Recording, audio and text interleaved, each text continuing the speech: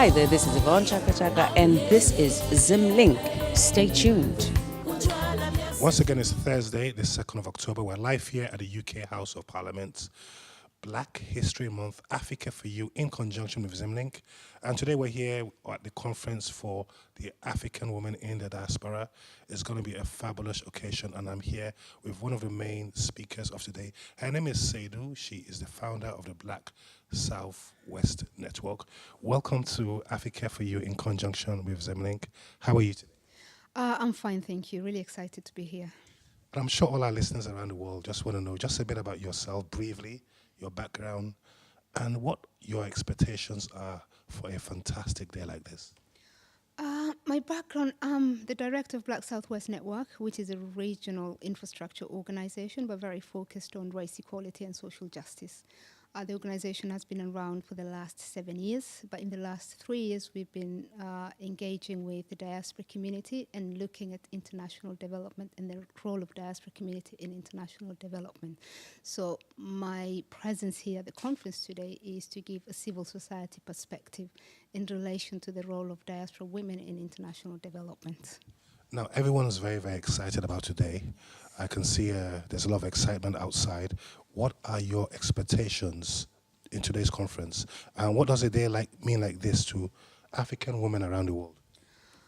I think it's a great opportunity. It is great to be here. It's great to be talking about the role of diaspora women in Africa. I think it's a beginning of a conversation, and that's why I'm really, really excited about it.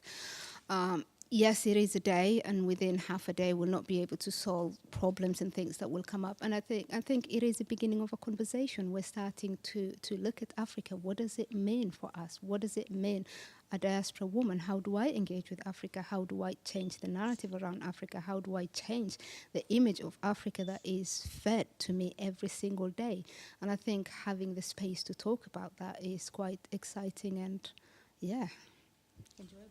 On a very, very final note now, the Black Southwest Network, for all our listeners around the world who haven't heard much about it, what can you just tell us a bit about it and what your initiatives, plans are for the next 3 to 5 years? Black Southwest Network, we're very focused on race equality in the Southwest. We work with organizations and communities, and we look at institutions, we challenge government, and we make sure that race equality is a focus and it's talked about. In the UK, sometimes we don't really understand, or we don't expect to have disadvantage, we don't expect to have poverty, we don't expect to have all of those things because we live in the UK, we think it's a beautiful, great country. But within that, if you're black and ethnic minority, then you're 6 more times likely to be stopped. If you're black and ethnic minority, you're 2 times less to be employed. So there are issues around the diaspora community, there are issues around the black and minority ethnic community that needs to be talked about. And I think the role of the Black Southwest Network is to hold those people to account, to challenge them and have that conversation. Why is a black child more likely to end up in criminal justice than a white child? So the work of BSWN as a campaigning organization is around that social justice for all.